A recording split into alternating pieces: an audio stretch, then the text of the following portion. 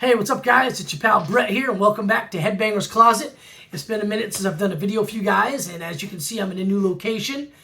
My wife and my little girl and I just moved into a new home. So as always is in these kind of cases, it's taking me way longer to get things up and running the way I want them to so I can start doing videos. But as you can see behind me, I think the new Headbanger's Closet's coming along quite nicely. It's still got a lot of work to do. But didn't want to wait any longer to do a video. I kind of got tired of just having the ideas and not being able to do a video. Pretty soon I'll be doing a video where I show you guys the entire room to show you all my collection, but I'm not quite there yet. Still got a lot of stuff to hang up. But yesterday was August 21st, and two records I really like had a birthday, so I was like, you know what? I'm not going to wait any longer.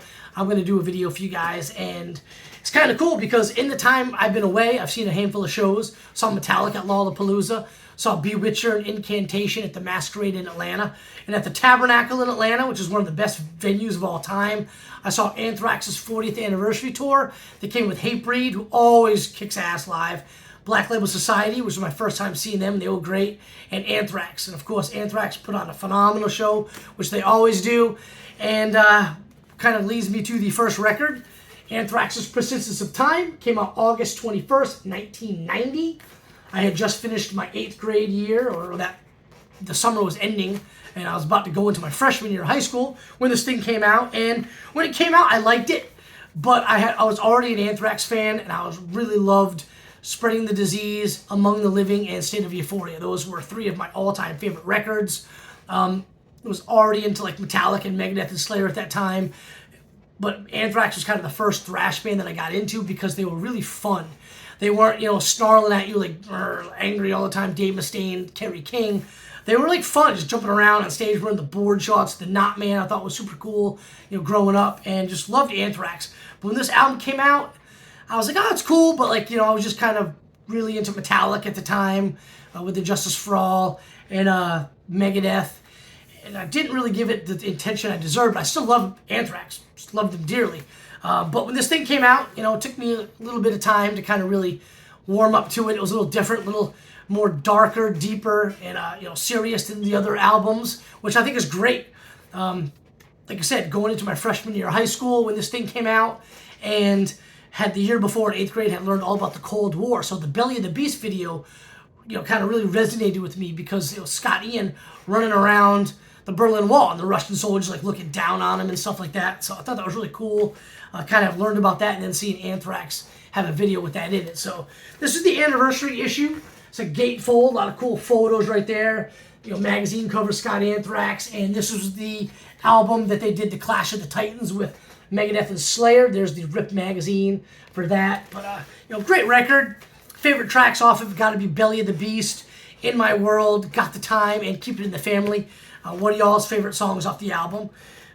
3-record set. It's basically the first record's the album, and then the next two are like bonus tracks, live stuff, interviews, demos, stuff like that. So it's going to kind of show you guys one record. It's an orange and black swirl. Here's the insert with the lyrics of the tunes, and yeah, a lot of stuff going on in the world at that time, and they decided to put it on a record, which I think is cool. Metallica had done it with the Justice for All. Megadeth was gonna doing it with Rust in Peace. So this was basically Anthrax's kind of political record, if you will. So there's the album right there, Orange and Black Swirl. Not only is each record different, but each side of each record is different, so pretty cool. And I guess the story, I always like to do a story regarding the album for the album's birthday. So this is the first time I saw Anthrax, and it was the winter, I think it was January, February of 91. I don't even have it pulled up because I just kind of want to tell the quick story. So my brother was a junior in high school and had his driver's license. I was just a freshman that year. When they came around our area. They played Providence, Rhode Island at the Civic Center, and my brother was going to go with his buddy. And his buddy had to cancel. So my brother bought the 2 tickets off him, and then he and I went. And it was the first time he and I ever went to a show together without family knowing about it. We saw Metallica, I believe it was the summer of '88 at the Monsters of Rock.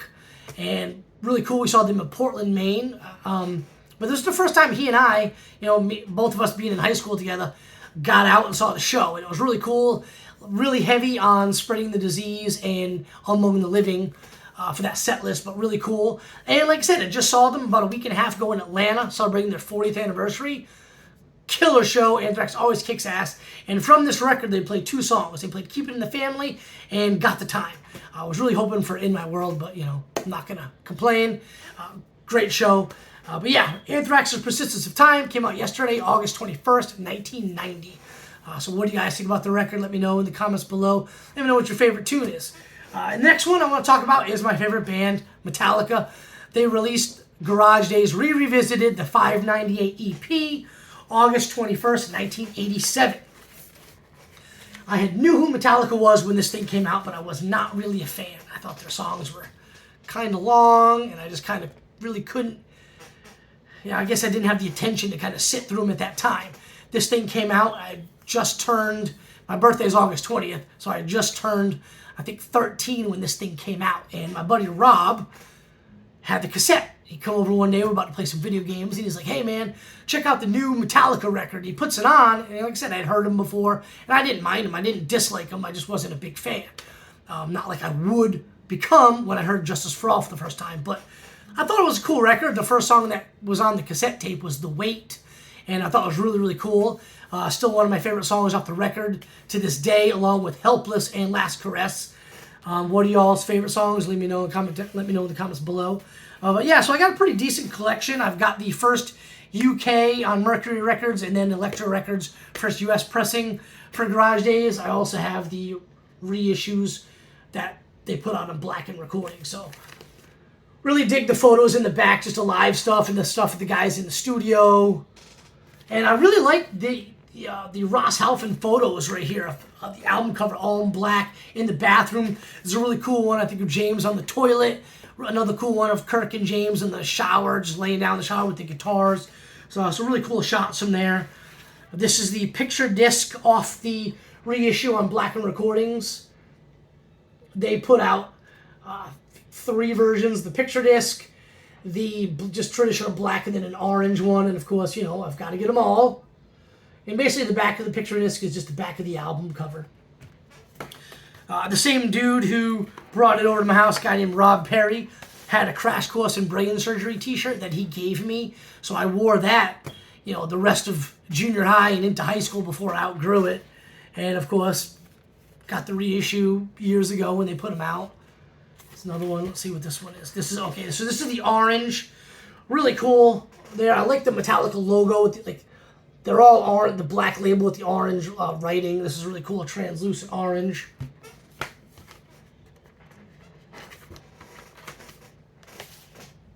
Another one here that's sealed. Had to get a sealed copy of the translucent orange. Kind of keep that in the collection. And this one has to be just the traditional black. Yes, this is the traditional black. And again, just like the orange one, it's got the cool black label with the orange Metallica. I really like that. I think it looks pretty sharp.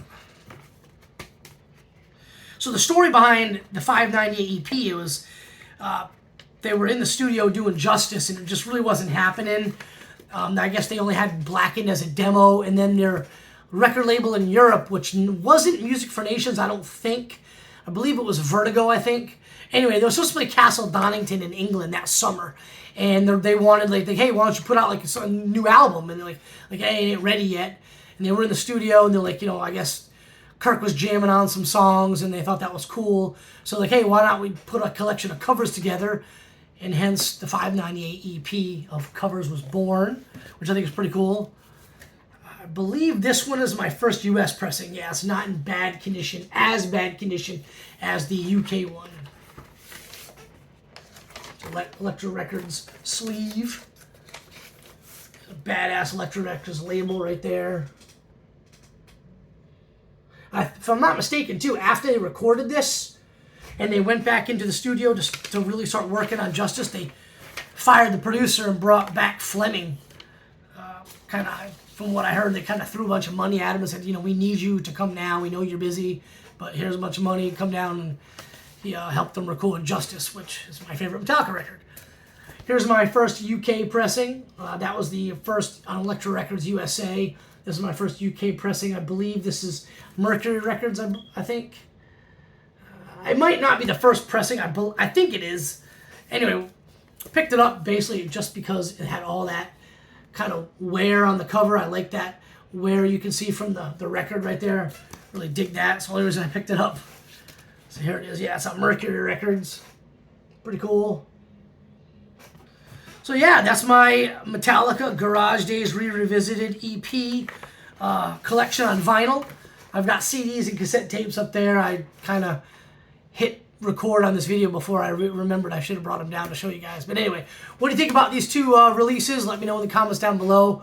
Really appreciate you guys sticking around with me during my like 2-month hiatus. I promise I'll start having more videos coming very soon. And slowly but surely, as life gets in the way, as it always does, I will be putting more stuff up on the walls to show you guys, doing different angles when I do my videos to kind of show you different stuff. Whole wall over here with stuff on it. A little bit over this way, and then kind of right behind, or right in front of me, behind the camera, we'll have a whole bunch of stuff. So really looking forward to showing you guys my collection, showing you guys more albums, and I'll have another video for you guys very soon. Cheers, guys.